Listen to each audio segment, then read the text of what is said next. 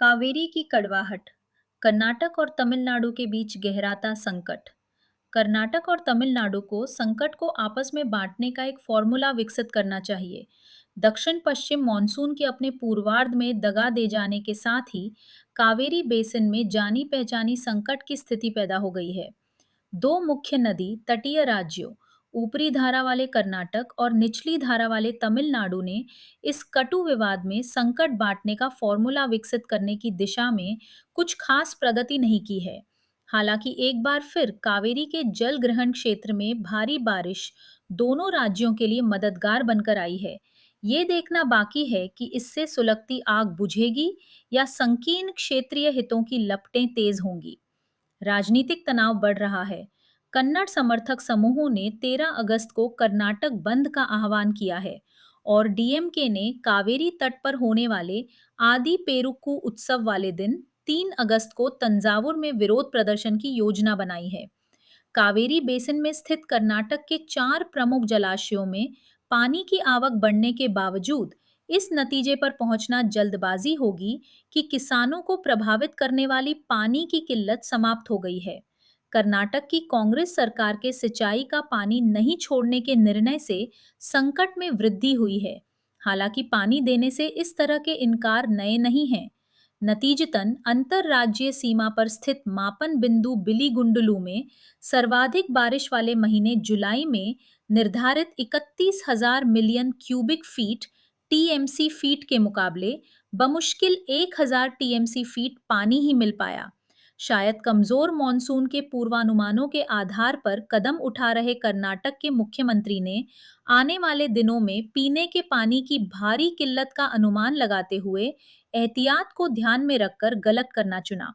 हालांकि ये तमिलनाडु के लिए महंगा साबित हुआ है, जिसे 1 जून से लेकर जुलाई अंत तक केवल लगभग 3.6 टीएमसी फीट पानी मिला, जो कावेरी जल विवाद ट्रिब्यूनल और सुप्रीम कोर्ट द्वारा निर्धारित 40 टीएमसी फीट का बमुश्किल 10% था। कावेरी जल प्रबंधन प्राधिकरण सीडब्ल्यूएमए ने अपनी 30 जुलाई की बैठक में कावेरी जल विनियमन समिति सीडब्ल्यूआरसी के उस निर्देश की संपुष्टि की कि कर्नाटक को 29 जुलाई से 15 दिनों तक रोजाना बिलीगुंडलू के लिए 3,500 क्यूसेक पानी छोड़ना है। हालांकि इस मात्रा से तमिलनाडु के कावेरी डेल्टा में सिंचाई की जरूरतें पूरी नहीं हुई होती, लेकिन इससे इकोसिस्टम को कुछ राहत जरूर मिली होती। सीडब्ल्यूएमए के निर्णय ने कर्नाटक में किसानों और राजनीतिक वर्ग को व्यग्र किया है, लेकिन कुदरत ने सीमित तरीके से हस्तक्षेप किया है। अगर कर्नाटक को मौजूदा तंत्र सीडब्ल्यूएमए और सीडब्ल्यूआरसी नाकाफी लगते हैं, तो वो दूसरे विकल्पों का सुझाव दे सकता है, लेकिन उसे सबसे पहले इन संस्थाओं के निर्णयों को मानना होगा जो ट्रिब्यूनल और सुप्रीम कोर्ट के फैसलों के अनुरूप नदी तटीय राज्यों के हितों की हिफाजत करती हैं।